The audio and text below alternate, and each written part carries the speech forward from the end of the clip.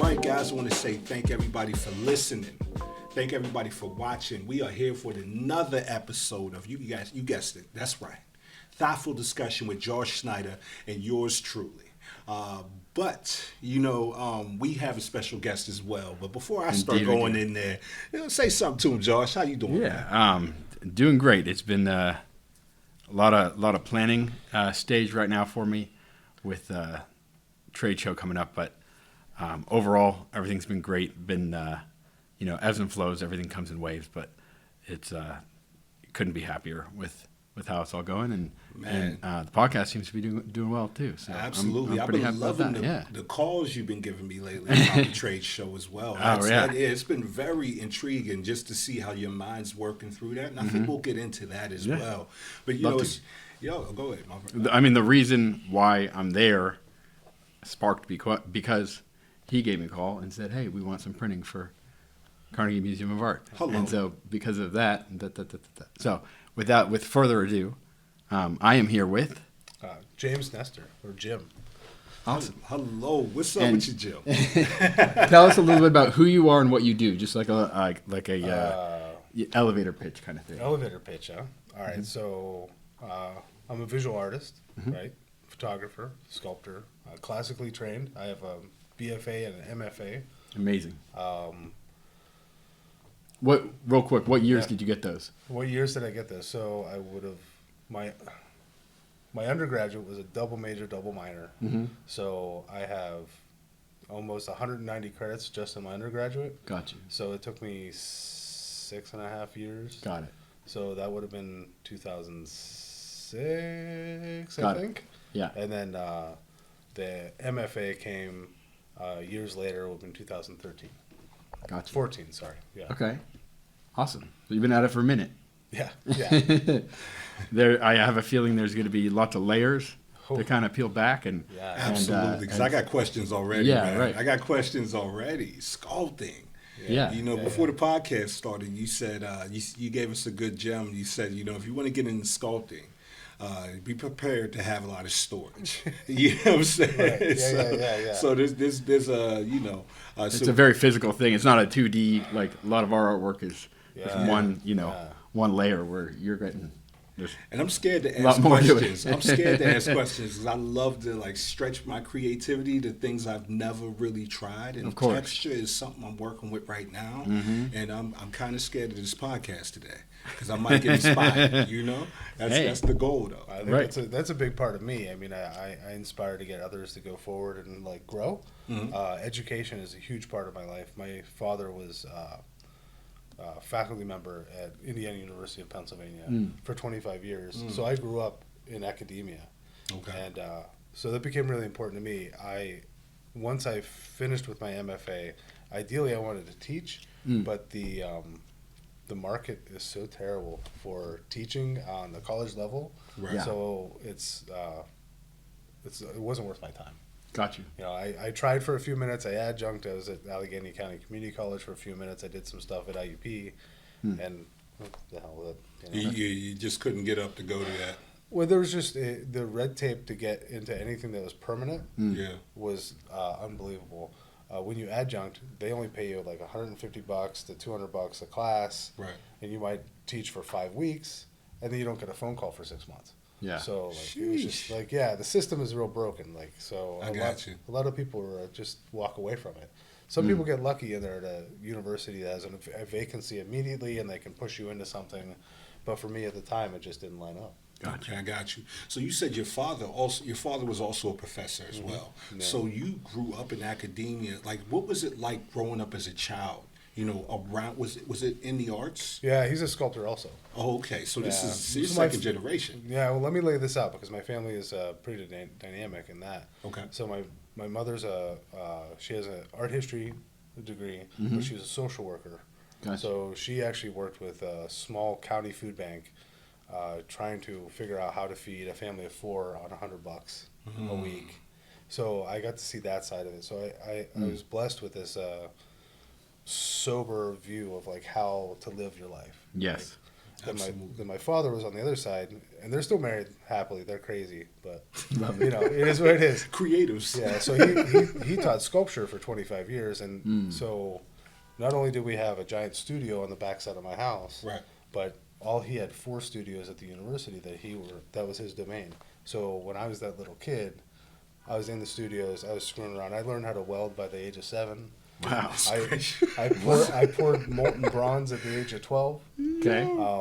So I learned how to carve stone in the middle of the Mediterranean with a friend of his. So like, yeah, I've been pretty fortunate because he just drug me all over the world. Absolutely, man. That is interesting, man. So when was that moment you realized this was something you wanted to do, you know, forever? Like when you were younger, like did it hit you then that you knew when you were a child that you wanted to be a sculptor? No, it's just part of me. I think Okay. and it's You didn't have a choice, you think? Well, I don't know if I didn't have a choice. I think it was just so bred into me. You know what I mean? I get that. But it's Yeah. this idea of being a maker. It's not so much being a sculptor, right? Okay. So, because What's the difference? I don't think the difference is sculpture. I think was more focused, whereas I'm a photographer. I can make anything. Like I'm able to make anything that I want. So if you want to make this mic stand, I can just make one. Okay. Right. I agree with that 100%. I You know what I mean? I hear you. Yeah. Yes. But I can also apply the kind of classic fine art vibe to a material, and I can make it have value, and I can have expressive qualities to it, or I can sit here and make this, you know, mic stand or whatever we need. Absolutely. And that's actually where my current job in life. I work at the museum, the Carnegie Museum of Art, as a fine art preparator and mount maker. So I make the things that make the art stand up. Right? I love that. Like I love that. The art behind the art. Yeah, That's right. it. That's Yeah. it. One of the pieces that we made, it was like a cube, and he sent me videos where he was, you know, cutting it all up and putting it all together. And so I'd imagine day to day is, you know, whatever random piece of art there is, you got to make it show. Yeah, right. Right? So I mean, it's even down to the point like there's a piece by Linda Binglis that we hung a few weeks ago, and classically for the last 20 years, the piece had been hung on a piece of fishing line with a nail in the wall. Right. Wow. And this At is a museum? at a museum, right? But it was kind of hidden. You never saw it. We can doctor things up. And I said to my boss, I'm like, let me just make an actual mount for it.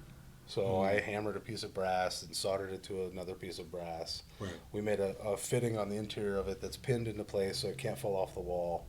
You know, so now it has its own dedicated piece. And I think that's part of who I am. It's this idea of caring for the art so that others can experience it. I love that. I love that. So maybe even when if that piece travels to another museum, they'll have a better idea of also how to display it. They have another option. What gives them an absolute. So this piece was meant to hang a very specific way, and it had been wrong for 20 years. Yeah. Ooh. So now we made it right. Okay. So I love anyway, that. long story short, coming back around to the backside of this, why sculpture? Oh, it's just there, man. I got you. It's just I got there. you. It's part of me. It's something that I've known every day. Like when I was a kid, my father would come home with this big wad of clay, and it was for him. But within about 3 minutes, my brother and I were tearing into it. And it wasn't his anymore. Yeah. And he would get upset about it, so he'd have to bring another wad of clay home, and we'd take it. Right. So it just kept going. I'm really interested. You know, a lot of times we find our craft later in life, right? We find that person that inspires us, because maybe when we find it, we weren't doing it beforehand, right? So it's still new to us. We're still like, I don't know who this person is. I don't know who that person is. So I'm navigating this way. I'm navigating that way. You know, as a child, growing up in it, I don't think you had the option not to know that. Like you didn't have like an option not to do it, you know, because I mean, I kind of think of it that way, the way you explained it. So it was like, was it your father that was your greatest inspiration, or did you also find inspiration in like Michelangelo or somebody else out there? Like who was the major visual artists came later for me, and I don't know if my father was necessarily my inspiration, but he opened the door. Okay. Right? I get that. He made it possible, right? Both my parents made it so that anything could happen. It didn't matter, and they would have supported me through everything. If I wanted to be a banker, they would have stood there and helped me out. Okay. Absolutely. But, truly, I think it was my grandmother on my mother's side. Her name is Lucille Etheridge. She passed about 15 years ago. But she was a wily, kind of shorter woman with silver hair. She smoked Benson and Hedges 100 cigarettes continuously. And she had a color TV that was on the floor that was brand new. But she never watched it. The black and white TV that sat on top of it, that was only 13 inches, was the one that she watched. This religiously, is different. right? This is different. So I love that. I can picture it. I love it. Me too. I had the visual. Yeah. But she was, I don't know if you guys are familiar with the WPA artists during World War II. It was mostly female artists that would paint like murals in post offices or in public buildings. No. So she had done that during World War II. Wow. And then early on, she was one of the first women to be a graphic design setter for G.C. Murphy Company. This would have been in the early 60s. So she was this kind of rambunctious woman that, she taught me how to fish. She taught me how to, ride bicycles. She was the bicycle lady in the neighborhood. So she would buy a bike for $1, fix it up, and sell it to the kid for 50 cents, just because she wanted somebody to have a bicycle. Oh. Right, and she grew up in like the east side of Cleveland, in probably one of the toughest neighborhoods you could think of. But they left little Lucille alone, right, because she took care of everybody. She took care of everybody. And it was because of her that made me who I am. Because I'm just, I don't know. Everything's an adventure, man. Yeah. Everything's an adventure. Absolutely. What type of child were you? Like when you go to school, I think when I was in high school, you had a few different groups. You had the athletic group, you had the book group, the bookworms. You had the popular kids, the kids that just wanted to be in their own little bubble. What type of child? Like who were you in high school, man? What group were you in? All right, so I'm a '90s baby. Right? Talk that talk, man. So these I graduated. Whippersnappers don't know what this is about. I'm going to be an old man for a second. I graduated in '97. Okay. Got it. So I wore blue jeans, a black pair of leather boots, a flannel, the same flannel every day, till it fell apart. Absolutely. And I had long hair to my chin. Okay. Right, and I had about 4 friends and a girlfriend. That was it. Gotcha. That was it. You just kept it solid like that. My life revolved around being in the dark room or in the art room at the school, and that was it. Like, didn't matter. Like, that was everything. And then I had friends that were older, but they were guys that I grew up with when I was younger. But as far as high school went, it was real narrow. Kept your blinders on. Pretty much looked down the whole time. Didn't care to talk to anybody. Yeah. Which probably made you one of the cool kids. I ain't gonna lie to you. To me, that would be like the coolest person to me. I don't care. Yeah, well, right. I got picked at. I mean, it was really because I was different. And that was fine. I didn't care. It didn't matter to me. That was always the kids I loved hanging out with. That was the ones. The individuals that they didn't want to be a carbon copy. Right. It was like, nah, I'm cool. I'm good. I'm just going to do what I do. Yeah. And that's so hard. Newest trends, all that. Yeah. That's so good. hard I got something. to be. Right. It's easier to be the other guy that wants to be like the other guy. It is hard to be solid on, I'm just going to be me. Where did you gather that from? Because I think that's important as well. I think it was just about being independent. In the 90s, especially in the 90s. Yeah, it was kind of tough love, right? We didn't have emotional support. Nobody went to therapy. No, I'm still crying, bro. Yeah, I mean, it was a tough time. So I think for me, it was just about just trying to get through life on my own. Like, my folks were there, but I didn't want their help because I was a teenager, Yeah. I had a little brother who's 5 years younger than me. And as long as he was all right, I was all right. That's all that mattered. And I think it was just about being myself. I think that between the music at the time and everything was changing so quickly, and the internet wasn't. I mean, like, they had a couple computers in the school, but you didn't have one, and there was no cell phone. Oregon Trail, what I'm saying? You know what I'm talking about. Right. I remember Dysentery, that, man. right? Everybody dies. Carmen San-Diego, you know what I mean? Like, that was the thing, man. Floppy disk. Yep. Yeah, man. Those were the times.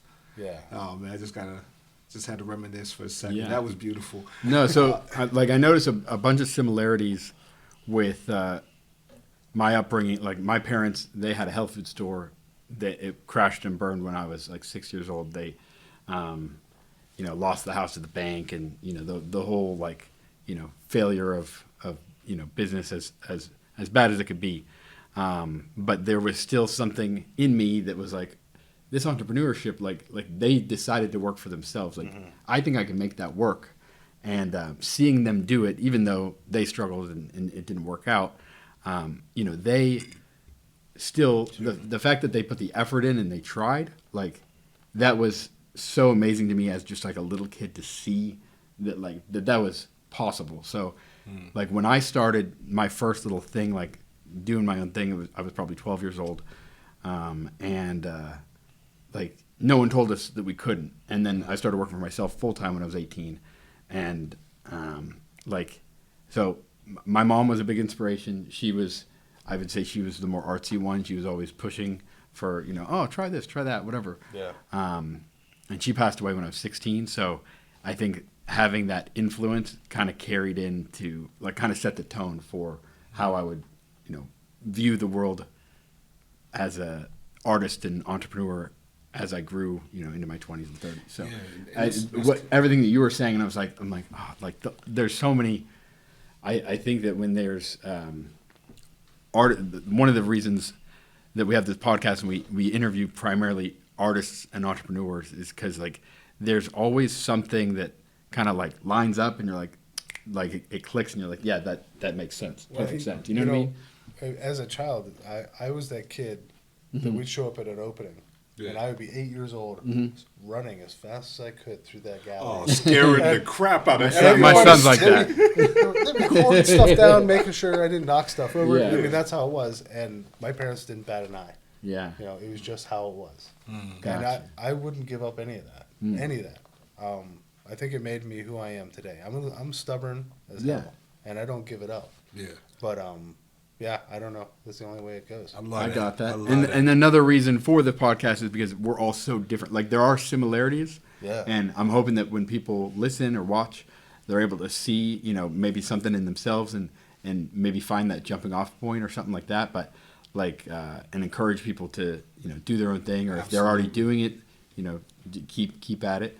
But being able to have people on and highlight who they are and what they're doing, what makes them different, I think has been it's been the most amazing part. Yeah, it very really rewarding. is, because it's almost like, being a creative, we all have this thread that connects all of us, and it looks different, but it's the same. It's just everybody has their own experience with this. So, hearing your story, hearing stories of the past people that we had sit in this chair as well, has been confirmation of that. The feelings that I get when I'm going for something or when I'm doing something, they're valid. It's part of the process. The process is the process, and everybody goes through it their own way. Right. You know what I mean? So it's beautiful. So hearing what type of child you were, what happened after high school, man? When did you say? What did you like? All right, I'm done with high school. You stayed in the dark room. You stayed to yourself. 4 friends and a girlfriend. That sounds like a sitcom in the '90s. Let's just put that out there. But you was like, now it's time to go on to higher education, or did you take that gap year? No, I went straight in. So I graduated late in June. There was so much snow, and because I lived in Western PA. Okay. So June 19th, I think I graduated. July 8th, I started my first class at Indiana University of Pennsylvania. Okay. So they claimed I had a learning disability when I was a kid, right? Like which one? I'm dyslexic. Me too. My man. Right. Best thing that ever happened to me. Well, so I couldn't spell, right? And at one point in my life, I was living in the city of Pittsburgh, and when I moved to Indiana, Pennsylvania, where my father taught, I missed phonetics. I never learned how to spell phonetically. One school taught it one time of the year, the other school taught it another, and I caught it backwards. I missed it. So I never learned that. So that was something. I don't know what phonetics is, guys. The idea of spelling or sounding out a word. Okay. I just never learned it. So I had to learn that through high school. So forever they had this, learning disability followed me. Okay. So when I applied for college, my transcript had this stuff on it. And they're like, oh, we can put you in this program, like a little soft start kind of situation. Right. When I walk in, these classes are like 100-level courses. They're math, English, but it's like the stuff that I just learned in high school. It was like cakewalk, right? Yeah. So I just breezed through it, and I kept my credits pretty high. Like, my grades were all right for the first semester, but I wanted the meat and potatoes. I went there for art school, right? Yeah. Because my whole bag was art school. Right. And so as soon as that first real semester came in, I was in it deep. And the only classes I seemed to be able to pass were art classes. Everything else, nothing else mattered, right? And I almost failed out my second semester. Okay. Gotcha. Right? Because I just didn't care. It didn't matter. Math Just the didn't matter. electives. You you're said like, you were yeah. stubborn. You said you were stubborn. Yeah, it didn't matter because I'm gonna believe you. So I would go to the math class every once in a while, just enough to take the test or whatever. Yeah. But the rest of the time was spent in the studio. Yeah. And that's part of the reason why I had a little extended undergraduate career, because I just kept taking studio class after studio class after studio class. 'Cause that's where I was. My heart was there. Oh, right. I got you. But then I had to do the necessaries to get my way out. So what were you taking? What was your major? What was the things that brought the smile to your face? In high school, I had a passion for photography, right? I learned it from my great uncle. That would have my grandmother, Lucille's brother, right? They lived together. He came from an era, he was a graphic designer and interior designer. He hung out at the Playboy Club, he collected all sorts of weird stuff. He was also homosexual, right? But at the time, everything was closeted. Classic kind of 50s, 60s thing, right? Right. It was heavy then. And they never actually spoke about it to me, but my brother and I knew. We could tell. And it didn't matter. I really didn't care. But he gave me my first camera. It was a 35 millimeter. It was a toy. I don't know what it was, but I played with it and I used it, right? This is 7, 8 years old. Yeah. And then my grandmother, she also, every time we showed up, she had a 110 millimeter camera. The ones with a little plastic thing you drop in the back with the cube on the top, right? I know exactly what you're talking about. She'd break those out and she would take thousands of photographs of us. Amazing. So anyway. I had one of those. I was probably 7 or 8. Yeah. I remember that. You still got some of the pictures? Both of y'all? I do. You still? Oh man, I don't. I got them all. Somewhere. Probably back in California. To Cali? So, but because of that, I had a passion for photography. I already learned how to use a darkroom, in the first years of high school. And Indiana University of Pennsylvania, they didn't have a fine art photography course load. They only had this communications media thing. I took it once. I didn't care for the professor. I knew more about the darkroom situation than anybody else because I already done it for 3 years in high school. Right. Yeah.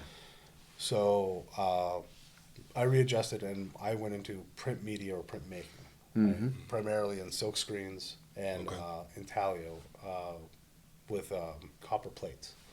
So that was really the basis of my first 3 years of undergraduate was that. Okay, let me ask you a question because you said something and it hit me too because you took 3 years you were working in the dark room. You go into college, you say I know more than you guys do, right? Even if you don't say it out loud, maybe the way you move is like I ain't listening with you. I'm still gonna do what I do. And then you said you were stubborn as well. Yeah. Did that cause some? But looking back on that moment, friction. Yeah. You know what we're getting to, right? Looking back on that moment, do you think you were a little bit too stubborn? Do you think you missed some things because of the mindset? No, because these guys were in college. Sure, I know where you're going, and I don't you. disagree. But this is the trade, right? So I took the communications media course. It would have been my second semester, so it would have been second year, so it'd be 98. I took that course. Okay. I got an A, no problem, whatever. Teacher didn't like me. We didn't get along. Right. He said I was never going to go anywhere. Gave you the fuel. 1999 comes along, and I'm flipping through the back of Art Forum magazine. They used to have all these open calls, right? And it was things at $35. You send them slides. Maybe you get a piece in, maybe you don't. I was a kid. It didn't matter. So in the back of it, it has Sarajevo, Bosnia, Herzegovina, International Arts Festival, 99. For $35, $25 in shipping, send off 3 slides, whatever. I get a call back. They want me to bring stuff Yeah. What? to Bosnia, right? Well, what? So so my old man also applied for the same thing. No, don't tell me you about to tell me. We tag teamed it, right? We Yeah. brought in a third artist who was a architect out of the city of Pittsburgh, and a guy named Arthur Lubitz, somebody I've known since I was a little kid. So the three of us were the only American visual artists as part of this Winter Arts Festival in Bosnia. That's sick. So, and my proposal was, because I had to have a proposal, because I didn't have any physical art to take with me. It was too complicated, right? I had to fly all this stuff there. Yeah. Remember this, in '99, it's only 2 years after the treaty was sealed, right? So stuff was still kind of going down in the city. It was a little gamey. Yeah. Right. So Might not get all your luggage either. there's stories. Anyway, Okay. So my plan was that I was going to drag all my film Right. and all the paper and all the chemicals with me, Mm. and that the academy there would supply me with a dark room with an enlarger. That's all I needed. So I did that. I was there for 3 weeks. Yeah. The first week, I shot 42 rolls of black and white film. Mm. Right, I had 400 speed and 3200 speed film with me. I got stopped at the airport when I came into the city because I refused to let them scan my bag to come into the city. Security was high. Everybody had AK-47s. It was some serious stuff. And you still said no. No, I said, no, you got to hand check it. And the guard is like, who are you, CIA, FBI? Like, kind of give me a hard time. Yeah. And we had a translator with us. He's like, no, he's an artist. And they're like, oh, go. I could have had anything in that bag. And they're like, go ahead, it's fine. Why was Crazy. that? In Europe, artists are respected significantly more than in the States. It is like royalty. Royalty. It was unbelievable. But anyway. Did you use that for everything else? What- like beer and stuff? Once you and figured that alcohol? out? I think over there you could drink at 19, though, right? Nobody cared about anything. Yeah. You yeah. could smoke I'm an weed. artist. You could smoke weed in the street at that time. Nobody cared. Yeah. It was a war-torn city. I mean, a lot of the... I photographed mostly people at the time, and I shot from the chest. I didn't Right. want anybody to know that I was shooting, so it was kind of candid style, right? And so, yeah, I shot all this film. I processed it all. I printed it all, and I exhibited in a 15th century storehouse that's 3 foot thick walls with big iron things. It was part of the spice trade coming across the country, or coming across Europe. Yeesh. Anyway, so I showed all this stuff as part of it. It was an international affair. Right. But I stepped in it, right? And that's why it didn't matter that this comm media prof didn't like me, because I got you. I know what I'm doing. I could do So this. you had already done that before that guy told Right, you, it was or a after? year after. Okay. So I was very fortunate. I was right place, right time. Right. But I had already had those skills. Got you. Mm. So it was kind of a strange event. Strange event. Yeah, I mean, you had more experience than, I mean, a lot of, I mean, that's interesting. Oh, so there's a reason why you walked the way you walked. Just say it like that. It was solidified. Yeah. I guess, but you know what? I also I don't assume I know anything. Okay. And that's I what I get wanted that. to get You to. have to be humble, because Yeah. the minute you act like Yeah. you know everything, then you're going to get stepped on. Right. And there's always that one person that knows more. Always Right. that one person. So and that's where I wanted to get to. You know, I feel like sometimes we do, because we do this so many years. I want to be the curious how. You know what I mean? I always want to be studious. I don't really ever want to get to the point where I feel like I'm a master, because that's when I know that's when the decline happens. You know, that's when when you feel like there's nothing else left you can do. I think you just gave up on searching. Sure. Because there's always another avenue. You know, there's a question I want to know, because I know Josh is also a phenomenal photographer. You know, Josh, like, what was one of those things that why do you love photography? Because I want to hear like your answer, and then I want to hear this gentleman's answer as well. Yeah. For me, like when I take photos, and someone can tell me like, oh, it looks like how it felt when we were there. I'm like, thank you. Like that. Like that's what I was. You know what I mean? Yeah. And no matter what it is, like what the style is, like if you can achieve that, and it doesn't matter, you know, like there's lots of nuances that people will care way too much about. Like there's a lot of that has no actual meaning if you can't see the photo and feel like it was when you were there. You know what I mean? Yeah, I do. I do. And that's just from somebody viewing it. Right. Like I know when I see something and it feels like, oh, they embodied the moment. Exactly. I got a feeling I know the vibe of that. Right. Yeah, that's interesting. Yeah, that's called phenomenology.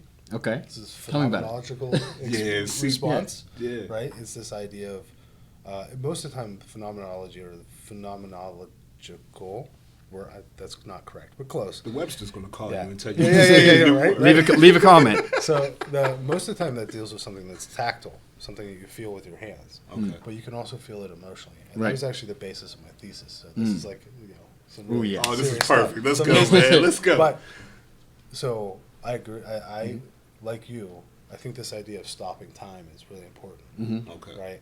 And it's stopping that moment, keeping that moment, never losing that moment. And sometimes it's fleeting, right? It's only half second, 13th of a second, 1/60th of a second, 1/1000th of a second. It could be the way the baseball starts to turn as the batter's going to hit it. You can see all the strings on the backside of the ball just before it gets hit, right? Or the guy's face is getting smashed as he's going up for a dunk, and the defender hits him with an elbow. Like, you never know what it is. Yes. So it's that moment. That moment is really important to me, and I want other people to see that moment. Mm-hmm. Right? It's about sharing this experience. Absolutely. Because you're only there for a second, and it's gone. Right? And Yes. I think that's the temporal moment is what it is. Yeah. It's that very temporary moment that's most important to me. Mm. And that's what led me into journalism, too.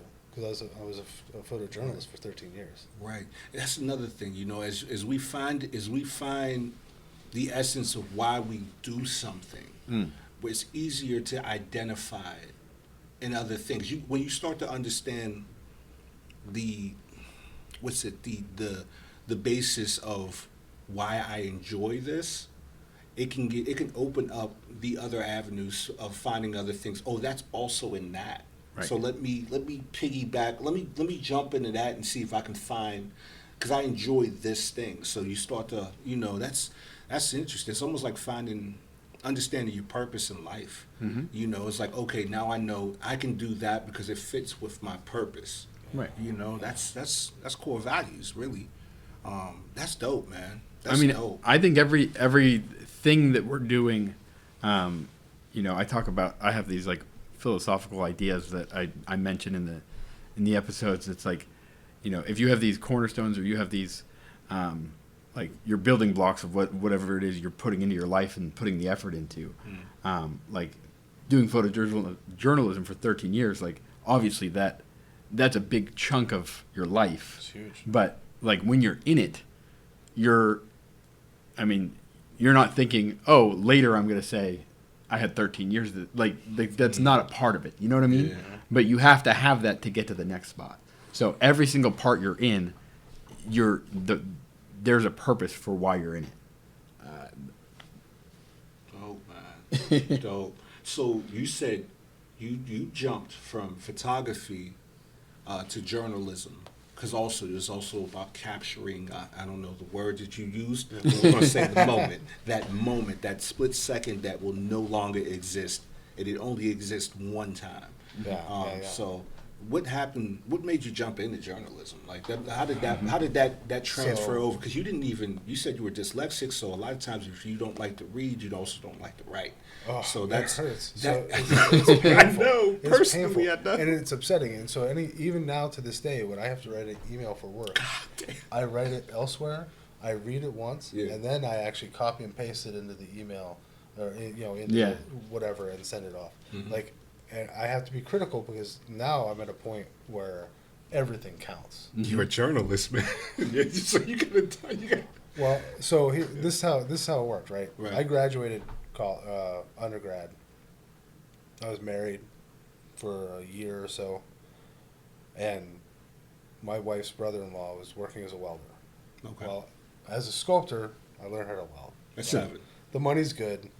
I needed work. He's like, come work. I'll see what I can do. I walk in, they give me a job. I work at this place as a fabricator for 9 months. And You're like, I started welding when I was 7. I got this. Yeah. Like, it was nothing. I walk in and we started, we were building these giant oil drilling rigs that were based on truck chassis. It was against everything that I ever wanted to do. I didn't want to sit there in a greasy, stinky shop. But somebody's got to do the work. I respect the hell out of the people that did it. I work with some machinists that were geniuses. Yeah. They look like they just got off, the turnip truck. But like, they look bad. They're missing teeth. I mean, things were Shout rough. out to those guys. Things were man. rough. But they could do trigonometry in their head, right? So like suddenly I respected the hell out of them. Mm-hmm. But for me, I was tired of being dirty. I had black boogers. I mean, like everything was terrible. Yeah, I got it. So one day in my head, I'm like, you know what? I got to get out of here. The next day, my foreman comes to me. He's like, hey, I got to let you go. I said, why? He's like, there's no more money. Place is going to go belly up. I got to let you go. And you're You were the last one Yeah. to Yeah, it's a join. low man. I'm trying to save what we got left. Yeah. Yeah. Low man on the totem pole. I got to let you go. And he was crying. Oh, he cared, man. And I reached across the table. I shook his head. I said, thank you. Appreciate I you. appreciate it. I'm out. Yeah. So I got my stuff. I left. So the next day, Blessing. Yeah. I applied for a job with this little newspaper in Indiana, Indiana Gazette. I applied for graduate school. Mhm. And then I went and found a day job at a pizza place, slinging Yeah. pies, because I had to Yeah. eat. I ain't Right. mad at that. Right. I had to So eat. you work and eat, make money and go home. Right. With, Hey, yeah, man. you was Right. you real smart, man. It's But the- creative right there. But Yeah. within 6 weeks, everything took.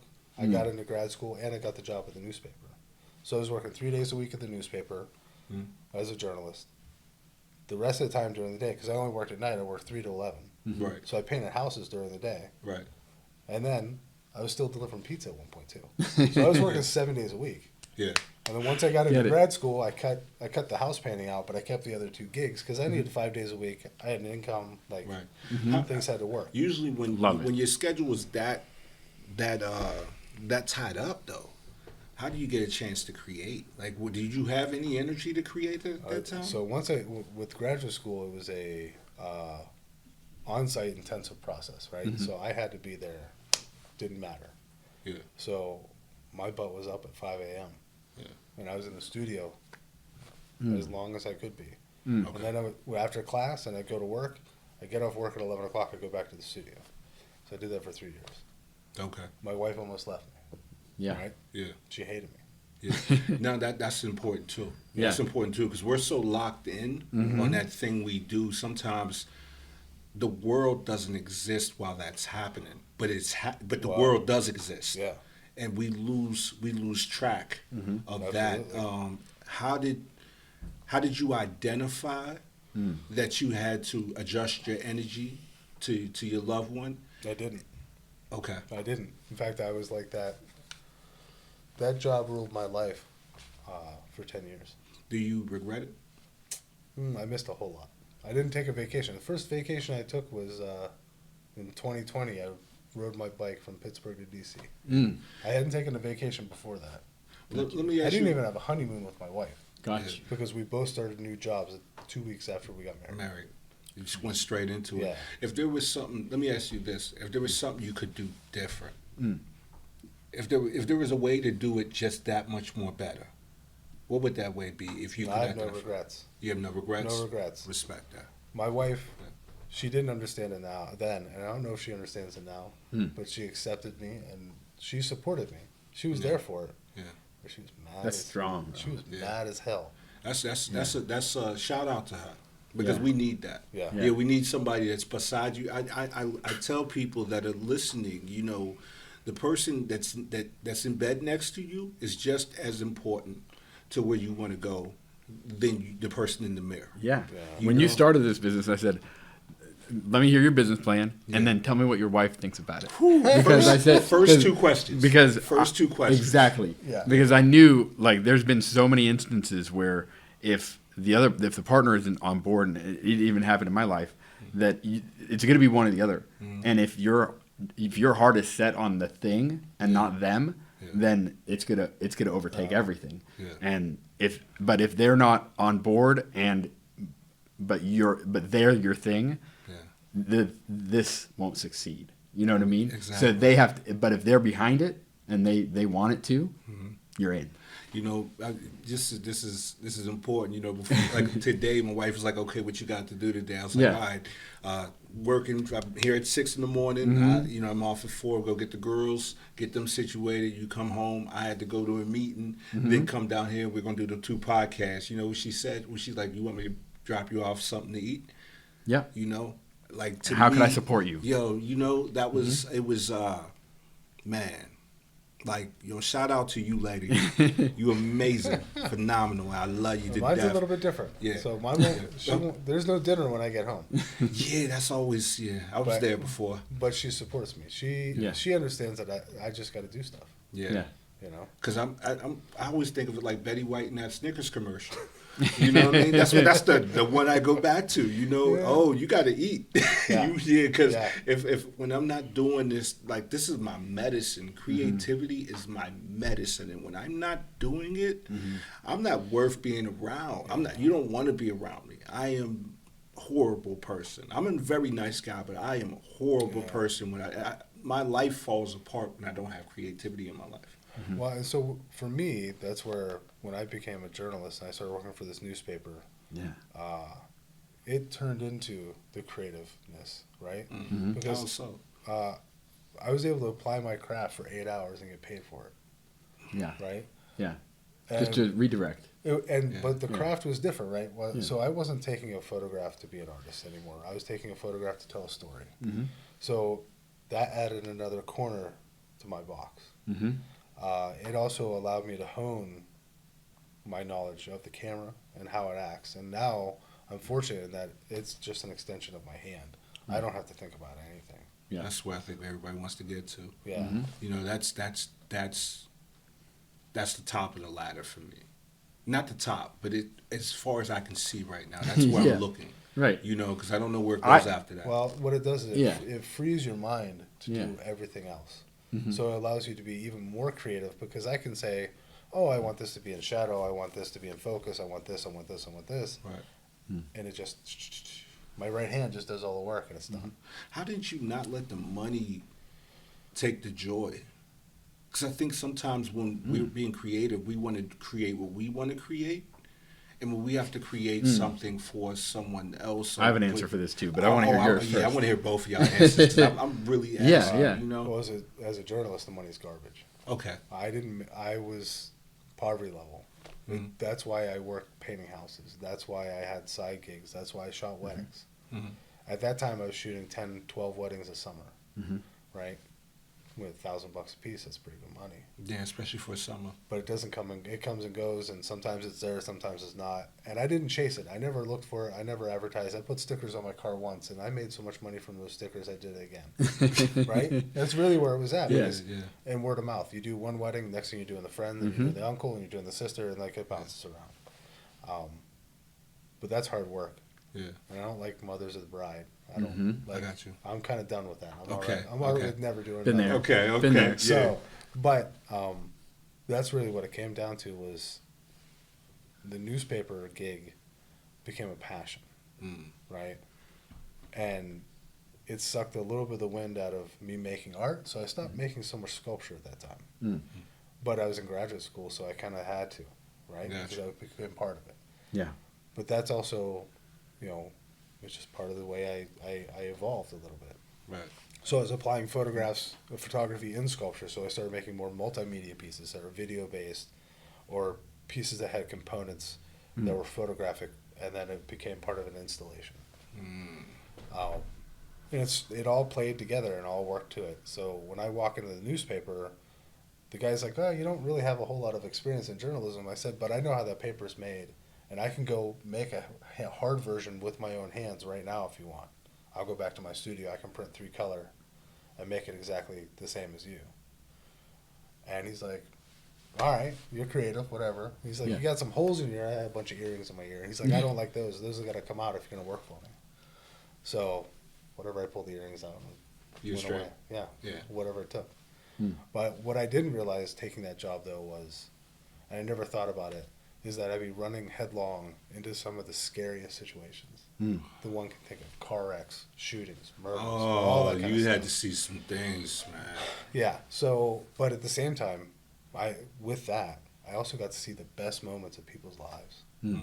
Whether it be a young child with the fire hose and the fireman behind him, like and that kid gets to lay on the gas with the fire hose and have a good time. Yeah. Or a young lady with Down syndrome who became a cheerleader with a whole squad of adult cheerleaders that were there to throw her up in the air and work with her. I wish those stories would get told more. I love. They're not as loud. Yeah. Well, it's like I call it the blues these days instead of the news. It seems like a lot of time those moments you just speaking of right there is that would bring me back to watching the news. Right. Yeah. Right. It's way too tough right now. Those are the numbers. The things that I worked on that I'll never forget. Mm-hmm. I'll never forget the first time I listened to a woman die. Mm-hmm. It was in a car accident, long story short. It was only me, one firefighter, and her. Mm-hmm. And she had a diabetic seizure behind the wheel. Yeah.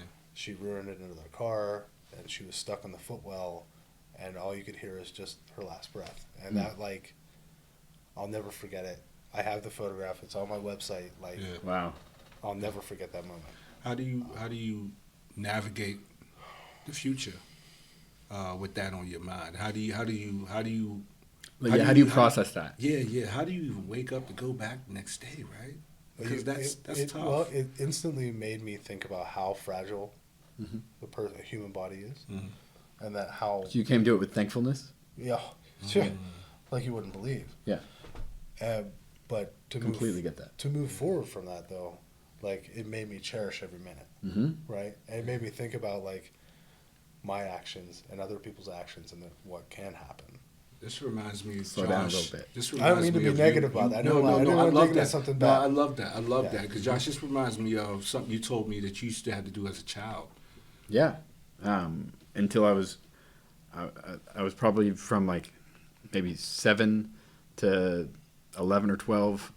My mom would have us write down one thing, and it had to be different every day. One thing that we were thankful for, and like just that was drilled into my head. So now like the thankfulness is like always on the forefront of my mind of like, all right, well, any situation that I'm in, like what is there to be thankful for? Yeah. So like that's like it's so loud in my head that it doesn't leave a lot of room for negativity. Yeah, and when negativity does come in, it's like that's annoying. I don't want to deal with that. Yeah, actually, I have no time for it. Right. If somebody, there was a coworker had a moment, he was really upset for about 3 hours.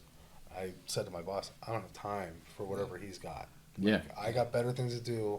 I got to keep going forward. That's why I mean I truly admire you, Josh, and I'm really hearing into you. It's like I'm starting to identify it. It is the ability to stay calm, and when noise is being thrown at you like that helps you like you said, it's an extension. Like your camera is an extension of your hand now, and it allows your mind to do also many other things. When you're able to let gratitude for life be an extension of who you are.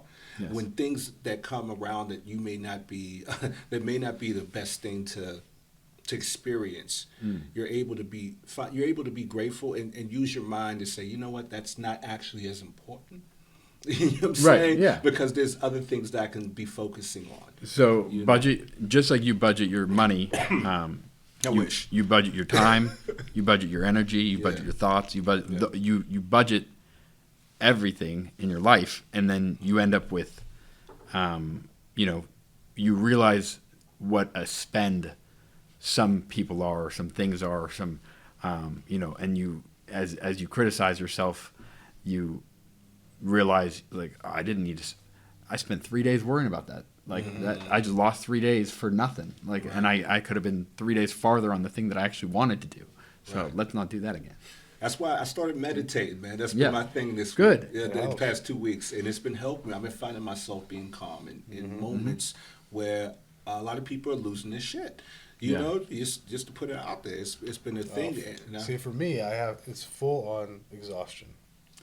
Because you seem so calm. Full exhaustion. I was like, yo, man. No, so when I was a kid, I rode a bicycle a lot. My wife, just before the pandemic hit, was it 2019? She buys me a bike. The bike's now got 6,000 miles on it. So I ride continuously. Now I have a mountain bike and a gravel bike, and I ride, like last weekend I put 40 miles on it. Thought nothing of it. You take your camera with you, or you leave it just to ride it? Well, I drag the phone with me. So that's part of the conundrum now is the cell phone and the DSLR or the mirrorless, they're almost the same thing. Yeah. And my thought is, and I don't know if you'll agree with me or not, the best camera you have is the one in your hand. Yes. Right? It doesn't matter what quality it is. The person behind it. Write that down, fellas. Yes. And just like I said at the last nice to meet you event, when I was making that video, it's like you're the reason why.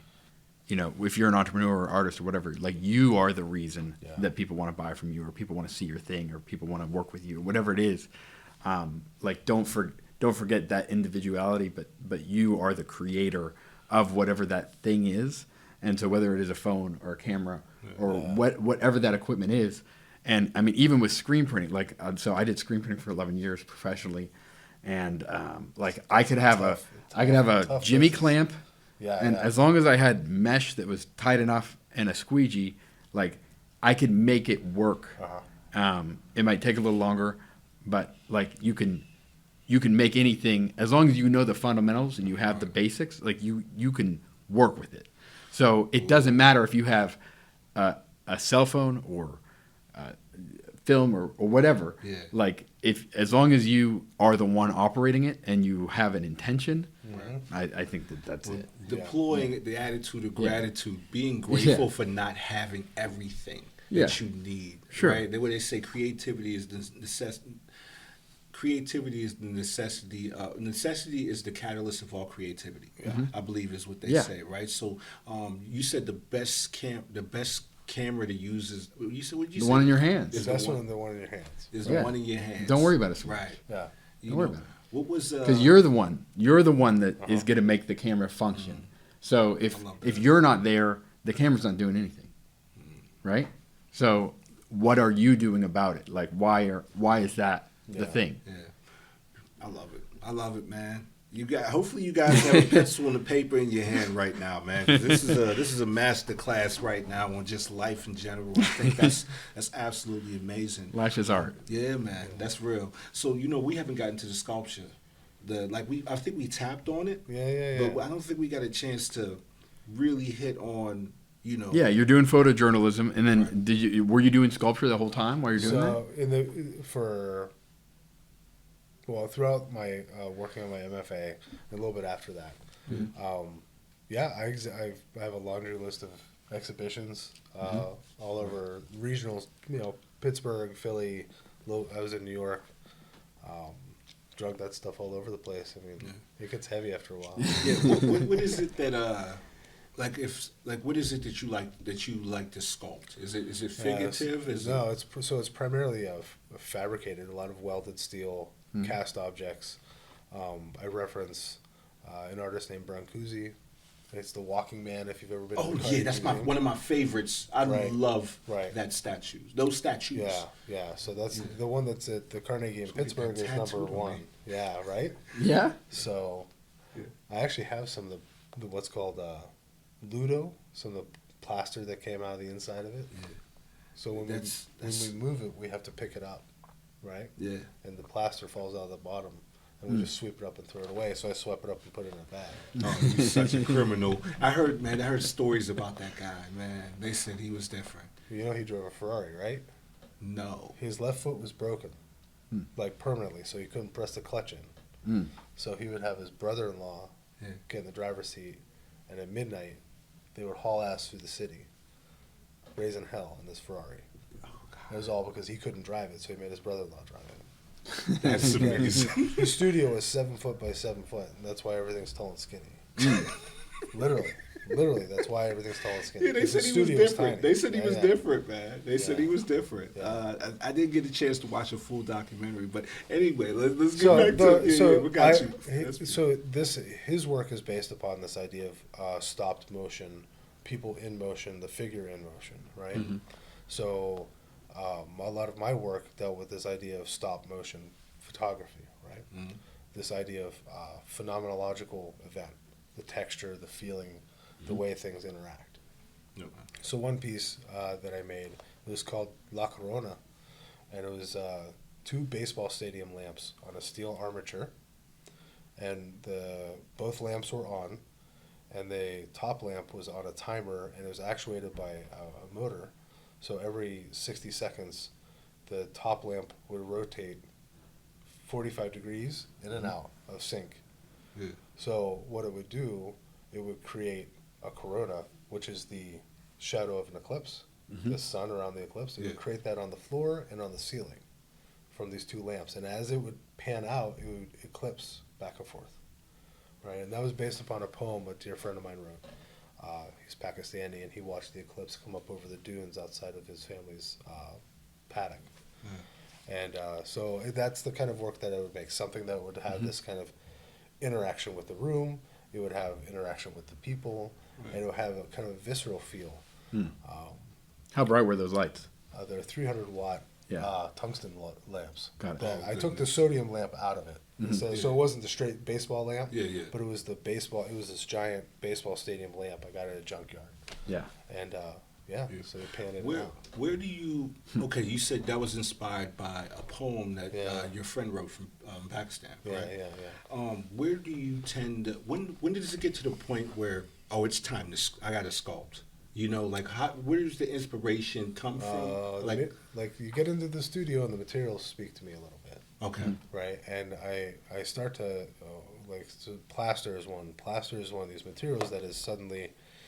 It's powder and water, and you mix the 2 together, and it kind of becomes, it's a soupy mix for the first couple minutes, then it becomes like marshmallow fluff, and then it becomes a little bit tough, like peanut butter, and then it becomes rock hard, right? So it is alive in its own, and we only have X amount of time with it. So I would play with it, I would mold with it, I'd make a form, and there would be like maquettes trying to understand the material, and then so I bought 2 dozen mini weather balloons. I started filling them up with plaster and hanging them, and as I was hanging them, one broke and onto the floor, but the plaster was at that creamy consistency and it stuck. Just let it sit there, right? So I made another one and hung it up inside of a basket made of wire, and the balloon started to droop over the wire, right? So that became number 2. And then number 1 was the same thing, except I held the balloon taut the entire time, so it was perfectly cupped on the bottom. So these 3 works became this evolution of how the first, second, and then the break, right? It's a story. reference of time, right? Yeah. So, but the material spoke to me, right? So because of the way that the first one broke onto the floor, I was like, well, no, we got to do number 1 or number 2, the first process. We got to talk about the first one, and then this whole thing needs to stand on something. So I built an 11-foot tall structure that stood, that was made of made of steel pipe, and it was fabricated together, right? And then I had to have a conversation about, well, what the hell am I going to do with this thing, right? Yeah. So by chance, there was a woman whose name is slipping my mind right now. She was setting up an exhibition that happened in downtown at. Is it Space downtown? Which was downtown? Okay. Yeah. So it was in Space Gallery. I sat there for 4 weeks. 4 months, I should say. So it's just the work, for me, as a sculptor, it's really whatever touches my hands and how I feel at that moment. And you got to play around with it and throw, see what happens. Right? So I almost ended up in the hospital with anaphylactic shock because of rubber. What do you mean? What is that? So anaphylactic shock is when you're allergic to something. Oh, okay, I got you.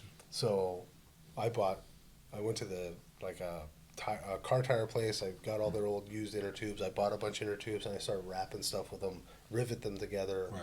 I wrapped myself in them at one point. I was trying to understand the material. I was trying to feel it. I was trying to own it, right? Did you have clothes on? Yeah, I had my clothes on. Okay, I just had to put that in there. And I was at the school. I was at the university studio. It was about 2:00 in the morning. I've got this stuff on. I'm like, I gotta use the bathroom, whatever. I get up and I go in the hallway, and a graduate student rounds the corner. He's like, hey, what's up? And he gets closer to me. He's like, what's wrong with your lips? I'm like, what? He's like, your lips are blue. I'm like, are you kidding me? He's like, yeah, your face is kind of swollen too. And I'm like, something wrong? He's like, do you need to go to the hospital? I said, no, I'm just gonna go home. Right. So I went home. I slept it off.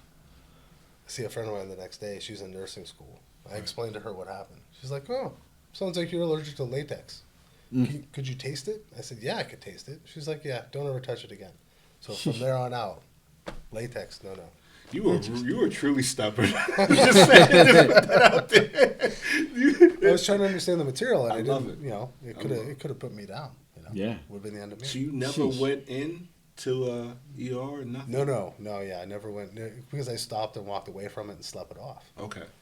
So could have, make my whole throat swell and all that stuff. Maybe. Yeah. I don't know. But you shot the shot, for the art, man. It's a 22-year-old fool. Yeah, That's you what were 22 as well? Yeah. Oh, yeah. It was a We're not fool. going. Yeah, Yeah, it was a fool. it makes more sense. The story made Yeah. more sense right there. We should have started. Yeah. I was 22. Yeah. Oh man, that's very intriguing, man. And we were just talking before, as we had to take another little break, just to clip it back together. But we were talking about we definitely have to do a round 2. Yeah, Your we barely story. scratched the surface. We gotta because put you in I as soon as we got I another. mean, there's so much. I'm so intrigued. Yeah. It's ridiculous, man. But as we do wrap up the podcast, there's a question I usually love to ask all the people that sit in this seat. If you were able to sit across from a younger version of yourself and give that person any advice that you can give them, any advice you can give them, what would that advice be? Make it all count. That's What something age? Oh, I love that. 18. 18. Make I it all learned- count. So, from the age of 18 till 26, I screwed around the entire time. Nothing mattered. I just enjoyed life. I hung out with my friends. I drank too much beer. I wasted 10 years of my life. Once I got into grad school, I learned how, because I was also working at the newspaper, everything had to count. Otherwise, nothing was going to happen. Right? I had to own every minute of that. And that was really what it came down to for me. And now, and that's how I am now. Yeah. So everything counts. Like this morning, I was up at 5. I was on the road by 6. I was at my day job at 8. Then after my day job, I met a client up the street, photographed a bunch of turn of the century photographs for her for reproduction. Yes, So I want to talk about that too. We're gonna get that on the next episode. I I want to talk about the turning point when scanning became not the go-to in photography. Oh, y'all got some when things. that switched. But we'll talk about that. Like, That's but- the next episode. But at my day job, I spent hanging a giant piece by a gentleman named Ellen Atsui, which is going to be in the front of the museum for the next 3 years. So that's a whole. You nother, might be the that's most a- interesting man That's a I've whole ever nother met, bro. twist. You might be the most interesting man I'm I've just ever a met. guy. I'm just a- I know, here's the but thing. God, I'm just a guy. dang, man. I'm just a guy. I'm nothing special. With lots of building blocks. I just been around the block. That's Yeah. all. That's And I'm hungry, and I think that's what it comes down to. And this idea of being thankful and responding to what's in front of you and being positive about it. I'm just hungry. That's really what it is. I'm just hungry. that's Yeah. I got to respond to the question that you asked earlier, just before we close it up. You were asking how can you take, a job where you're not a master of your own art and turn that into something where you're able to make that a day job and still let it fulfill you. Yeah. And I think that I view myself as an artist first, and printmaking or Yeah. the customers and the work that I do as an entrepreneur. That's a way to pursue my art, and a lot of what I'm creating, it's not necessarily the art itself that they gave me to do it, but my art is the method of the actual printing or process. the process. And even if it's something like we have stuff that we might send out to another vendor, or I might have someone that works for me or whatever, but being able to know the process, how it works, why it works, the science behind it, and set it up the best that it can, be able to talk about it with your customers and make recommendations or ask the right questions. And and I'm not done learning yet. There's still so much more, but It's like your hand, right? that is part of the art. And without me knowing the printmaking end, then the rest of I can't just the stuff sells itself because I know what it is. Where there's a lot of people in print sales that are trying to sell things that have no idea how it works. You know what I mean? Yeah. So like we're busy. We got work coming out of our ears, and we're just coming up for air, spending 99% of our time in production. So like it's as long as we can solidify what the work is that we're doing and do it well, that's the art. So that's my art, even though it might be it might be your business card, it might be that sign, but that's not what matters. What matters is, did I make that reproduction better than anyone else could? Or did I use the tools to the best of my ability that for what I had and what I produced? That's where that's where it becomes that's where you get the joy out of it. Absolutely. Does that make sense? Absolutely. I agree 100%. Absolutely. I agree 100%. Man. 100%. So I'll close with that. I think Thank we you for can listening. close Thank you for with being that. here. Yeah. We're going to have you on again. Yeah. Absolutely. Please. Guys, man, is there somewhere where they can find you? Let's do that. You know, where can they find your services if they would like to have your services? Instagram is the fastest way, but there's Instagram is Nestor Photog, and then my website James J Nestor NESTOR.com. Absolutely, man. Well, you definitely gained a follower. I'm doing it right after we get off here, and I get to my phone. It's happening. The most interesting man in Pittsburgh. The most interesting. I'm sorry, he's gonna hate that. I'm playing with him more than you. I'm truly the shyest man in town. You sure? I know. No. I would rather sit in the back of the room and not hear anything. Oh man, There's a story to tell. Yeah. I got you, Yeah. man. Hey, guys, man, this was a treat. Those listening, this is Thoughtful Discussion with Josh Schneider and yours truly, Corey Ochai. And man, this is the reason why we do this. Hopefully, if you're listening today, you've gathered something that can help you move past wherever you are at, or maybe even analyze what you've been through, you know, to get a better understanding of oneself. My thing is, I just want to say, go out there, do something beautiful. Man, go create. And remember, this world is a blank canvas. Each of us have a paintbrush, and we have to paint a masterpiece together. So if you can do something by yourself and you're thinking all you can do everything, remember, you may not be thinking big enough, man. Go find your tribe, you know? And subscribe so you can listen to part 2. It'll be coming out. Oh, absolutely. In a few months, but it'll be coming out. This is happening, guys. This is happening. Man, thank you. That's a wrap, I guess. Yeah. Yeah. Yes, sir. Yes, sir.